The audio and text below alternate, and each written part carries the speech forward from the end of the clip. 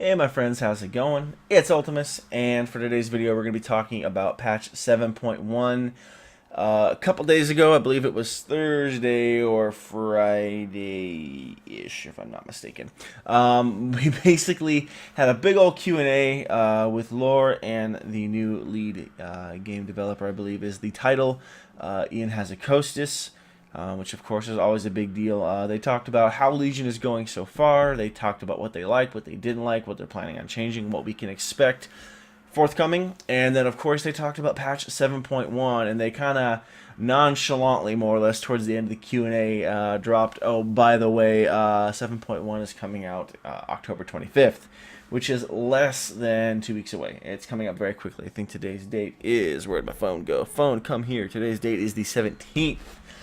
That is coming up very, very quickly. So, what does all this mean? First and foremost, I think we need to talk about, with BlizzCon coming up, how this is going to work around that. Of course, there's a lot of factors into this.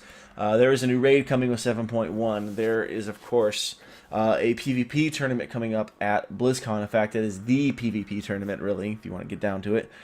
So how is all of this going to work? Well, we're going to cut right down to it and just get into it. First and foremost, for the BlizzCon Championship for PvP, basically, from what I was able to gather based on the Q&A, which I will link down below as well for those of you guys who have yet to see it, you can check it out, is that the characters and everybody playing at the BlizzCon tournament will be using 7.0 templated characters, since those are the characters they've been all practicing with. For those of you who might not be familiar with PvP, you have to understand, literally, like, practicing for a tournament at one patch and then playing the tournament at a different patch can literally be game breaking, especially with some of the class changes and things they tweak and move around and things like that. It can literally be game breaking. Your entire team and comp could fall apart. So it's important for the players to be able to play the tournament with the patch that they've been practicing with. So I'm personally very excited about it. I'm actually very invested in the tournament this year because the team I'm rooting for is making it to BlizzCon, so I'm very, very excited. Looking forward to seeing how my boys do. But also, new raid coming with 7.1. With 7.1 coming out shortly before BlizzCon, they were basically saying it wouldn't really make much sense on their end, first of all, because all their people are going to be at BlizzCon, and then all of the raiders are going to be at BlizzCon as well. Obviously, you don't want to do that. So the raid coming with 7.1 is going to be released shortly after BlizzCon, basically.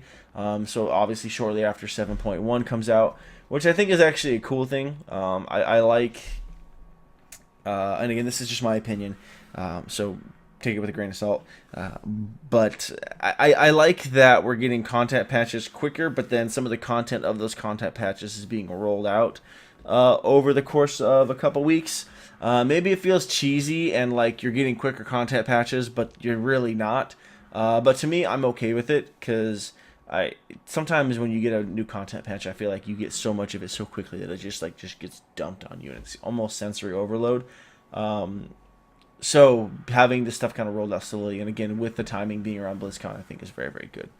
Of course, there's the question of whether 7.1 is being dropped too early. Is it too late? That's the source of a lot of conversation. I'll talk about that at the end of the video, though. So right now, what I want to talk about is, of course, Karazhan. Karazhan is a big deal. Karazhan is one of the most lore-centric dungeons and zones, really, whether it was a dungeon or not, even if it was just like a quest hub, in the entire game. So, big deal. It was a big deal back in Burning Crusade, and it's a big deal now that we're going back to it. People have been asking for Karazhan to be revisited for a while. It is important to note that it is a mega dungeon. This isn't a dungeon that is split into two dungeons for the content of the story. It is one dungeon, 9 bosses. So it's going to be a long haul for sure, But I am personally very excited about it. We're going to see some gear come back under different names as kind of a throwback. We're going to see some gear that was big name drops from the original Karazhan brought back as trash, which is kind of sad but cool at the same time, just familiar names and things like that. Of course, new achievements, new mounts, all that kind of stuff as well. It has been confirmed you get Moros as a class hall champion, and it does seem to be that he is for all classes, which is kind of cool. There's going to be a lot of familiarity with Karazhan, but of course some new stuff. It is all also important to note, because I know there's going to be someone asking this question in the comments. There always is. Old Karazhan is not going away. Old Karazhan and New Karazhan are both going to coexist at the same time, separate dungeons. They don't cancel each other out. You're still able to run Old Karazhan for your mounts, for your transmogs, and it has nothing to do except for, like, it was the Old Karazhan, and there's some lore bits that will be probably crossing over to New Karazhan. But Old Karazhan is still going to be there. New Karazhan is going to exist alongside of it, so they don't cancel each other out. So there you go. Couple puns, of course, pop culture references involved in this, all that good stuff. See if my mouse will work and the web page will work. There we go. This web page has been a pain in the butt the entire night. Loot starts at item level 855, and then the final boss loot will get up to 875, which is quite interesting. Apparently there's going to be some kind of mark that will allow you to power up the gear that is dropped in Karazhan, is what I'm reading here, which is quite interesting. I'm imagining to get into Karazhan, item level 835, 840, probably about what it is to get into Mythics now. You'll probably have a little bit easier time running it with friends, and of course with guildies, it's more fun that way anyways. They tend to be a little more forgiving towards wipes. But of course, good luck with the group finder. It's always a dice roll whether you get a good group from there anyways. Some screenshots. Wow, that is a tongue twister and hard to say when you're tired. We got some stuff going over some of the older Karazhan, some newer stuff as well. Seeing some familiar faces, very cool. The overall design of New Karazhan is really cool. Some of the new zones and areas in it. Throughout the progression of the dungeon, you're going to see some little mini cutscenes going over the lore, the backstory of Karazhan. I'm assuming some of the new stuff as well, which I personally like that style of storytelling, that it's integrated along in the quests and as you are going through the zones. Because long time ago in WoW's history, it felt like you really had to go out of your way to find the story. But about the time of Wrath of the Lich King is when they really got into like cinematics and little cutscenes, and they started telling the story in a lot better way, I think, as we started progressing through the game. And so it's cool to see that tech and that style of storytelling come as far as it has.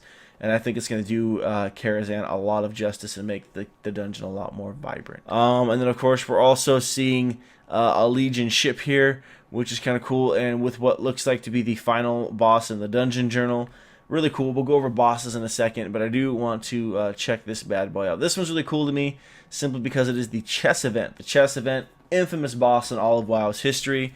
Obviously, you couldn't come at it with normal mechanics. You had to play by Medivh's rules, which were basically a giant game of chess. It was frustrating back in the day, and it is, of course, very soloable now.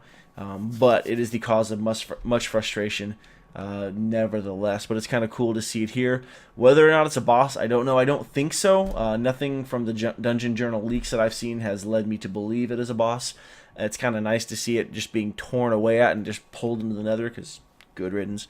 But the whole like scene itself here, I think, is really cool, and just to see the new touches that they've added to New Karazhan, again, being very excited about it. So let's get to some of the bosses real quick. The confirmed bosses now of Karazhan. Some of these, they're familiar. Some of them are going to be new faces, but it is pretty nifty to see. Just again, you guys see what I'm talking about. Maiden of Virtue is back. She was one of the earlier bosses in Karazhan. She was skippable, so some people, I've actually talked to a couple of people that didn't even know she was over there, to be completely honest, or they didn't even know where to find her. But yeah, so that's pretty cool seeing her back as well, especially with so much of the Titan lore in Legion right now, which is a huge deal. So that's really cool to see her back in the dungeon as well. We have the Opera Hall, which is back. I know a lot of people were really excited about that. The Opera Hall was a really fun boss in original Karazhan. If you haven't done it, I encourage you to go check it out. Basically, it is one boss that has the potential for 3 or 4, I believe it's 3 bosses to spawn based on classic literature or films. And of course, the new Opera Hall is the same, just of course with new stories. Kind of cool. Opera Hall Wicket, which is pretty cool to see. Westfall Story, which I think is what I'm most excited about, mostly because of that Murloc with hair. But West Side Story is a wonderful piece of film that I personally enjoyed back in the day. Haven't seen it in a while, though. And then, of course, we have Opera Hall Beautiful Beast, based on Beauty and the Beast. As, of course, there's really nothing else it could be based off of. This webpage is going to drive me up a ball. There go. Moros is back as a boss. We did know that already, or at least I guess I shouldn't say we knew that. We had a really strong hunch, considering this is the undead gentleman that we saw in the beginning trailer there for Karazhan, which is really exciting to see him back as a boss. With a boss or an enchant illusion, which is kind of cool, the Mongoose illusion. This is also the same guy that you're able to get as a class order hall champion, so pretty cool there. I'm really curious to see what his boss fight is going to be like, because he's a lot later in the dungeon. He was originally one of the first bosses in Karazhan, arguably the first boss since Ultimuswow the Huntsman was skippable. Moros was the first linear boss that you had to do for original Karazhan, so cool to see him back. Of course, you really can't have Karazhan without Moros, so there's that. Ultimuswow the Huntsman, he's back again. This is where the horse mount drops. Looks exactly like Nightmare. So a little bit of an update though, which is kind of cool as well. Again, so we're not just getting another version of the original horse. And again, a lot later in the dungeon than he was originally. Originally, again, he was the first boss that you were able to skip before you got to Moros. Then we have the Curator back, of course, which is, again, I could have done without the Curator, but it also makes sense lore-wise, and I'm sure it'll tie in quite well. But I think Curator was one of my least favorite bosses in Karazhan. I could have taken him or left him. Taken him or left him. Ooh, English is getting hard. Shade of Medivh. We're actually seeing Medivh himself here, more or less, or I guess the shade of him. But I mean by himself is it looks like he's going to be his own boss, actually. No, not hiding behind the chest event, nothing like that. Like, we're actually going to fight the Shade of Medivh, which is both exciting and terrifying at the same time. He drops a weapon illusion for enchanting, which is kind of cool. The Sunfire appearance, if you're familiar with that, looks like. We have the Mana Devourer, which is a completely new boss for Karazhan, which is pretty exciting. Again, I like that we're getting a little bit of a mix of both. We're getting some very familiar bosses and faces, but we're also getting a good amount of new faces as well. Makes it feel fresh and not just rehashed content. But of course, the changes that they are making to Karazhan while leaving old Karazhan there, I think will help this a lot. Because there's always people that are like, oh, old one was better, when they redid Zolomon and Zolgarov. Oh, old ZA was better. Oh, old ZG was better. And, it is what it is. There's always those people out there. Nothing against them. Everyone is entitled to their own opinion. And then lastly, we have Viz Adum, the Watcher, and this was the eyeball dude we saw on that screenshot back up a few clicks. On top of the Legion ship, so I would imagine you're going to beam up there at some point and fight him, not necessarily in Karazhan. And this was the demon that was commanded by Kil'jaeden to capture Karazhan, or Karazhan, depending on how you want to pronounce it. I've heard like 5-6 ways to pronounce Karazhan. I just prefer Karazhan. Using the ley energy, of course, tapping the tendrils. So this ley energy is a big deal here in Legion, which is kind of cool. And then, of course, all that lore bits. And I'm not going to say too much on that because I don't know lore-wise what we're really going to get into. And I don't want to say something really dumb and then obviously be wrong because that's just silly. But, again, completely new boss for Legion version of Karazhan, which is cool. But, of course, that leaves us with only 8, and they did say 9 bosses. So that leaves us with Nightbane. Nightbane originally was a secret boss in the original Karazhan. You had to go through quite a lengthy quest line to even get the item or the ability to unlock him. It was a pretty cool quest line when I did it myself, I'm not going to lie. But it leaves people to believe that potentially it's going to be something similar as well, since the Smoldering Ember Worm is in the game. We know it comes from Nightbane. It was originally confirmed that it drops off Nightbane. It was adjusted a little bit, like as far as flavor text on it or text on the mount itself, and then they formally stated they were from Nightbane. This along with the Blazing Ember Signet, but then Charbones has a name change on the PTR, remove the mention of Nightbane. So there was a model that was data mined, and as you can see, it is a high-res updated texture version of the model that was in original Karazhan. So again, leading us to believe that he is in the game. We have no reason to think he isn't, especially since they've quoted us 9 bosses. And I just don't imagine Blizzard being silly enough to remove bosses. So secret boss, which is again pretty exciting. I like secret things. I like that we're getting so many hidden things in Legion. There's just stuff coming out, and there was stuff in launch that wasn't known, that wasn't data mined, and it's just like, oh, here you go. Here's this cool thing that nobody knew was there. So really exciting stuff. And then, of course, it's important to note that the loot from this final boss, again, assuming it is Nightbane, starts at 875, not 855. So quite a big item level jump there as well. Looks like there's a little bit of for everybody there. There, of course, is the relics. That gives us plus 51 item levels on your weapon, which is kind of crazy. Looks like there's a little bit there for everybody, which is exciting. Nobody's being left out. And now that we've kind of gone through all that, not really too much else to say other than going over what we got coming to us.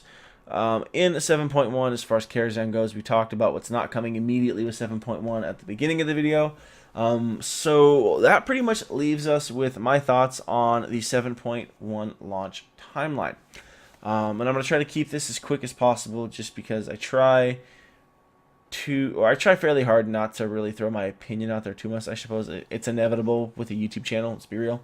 But I will say this. I think the average player and the vast majority of the player base is prepped and ready for Karazhan and for 7.1, especially because I can't imagine you're going to need a very large item level to get into it. This is pretty much going to be the dungeon that's there to kind of give us new content, new lore, but also kind of fill in the gaps for item level for players trying to play catch up a little bit. So there's going to be that there. But again, I can't imagine you're going to need more than an 835, 840 item level to get into Karazhan and be successful, especially if you're good players. But the timeline of it, the time limit is pretty quick. I would be lying if I said I felt completely ready for Karazhan. I feel a little bit behind this expansion just because of how my life schedule has worked out. I haven't had a ton of time to sit down and play, and I just have had a rough time finding groups for stuff. But I'm not stressed out or feel like I'm going to get completely left behind. Like, I'm not worried that I won't be able to get into Karazhan when it comes out. And then, of course, new content is always fun. Again, I do like the quicker patches. And I think for Blizzard's sake, it's very good because they did state when Legion dropped they wanted to release more frequent content patches in their expansions, which would do them a very good service this time around, coming off of WoD and how scarce the content patches were, to put it lightly, and then how lacking they were. And so in this particular case, I think it's good that they are sticking to their word and saying, yeah, we want to do them quicker, but then doing like a week or two quicker than they did before. They're just going for it. And I think on principle, I think the time that 7.1 is dropping is very good because it shows that Blizzard is intending on keeping their word and that they are doing their best to do that.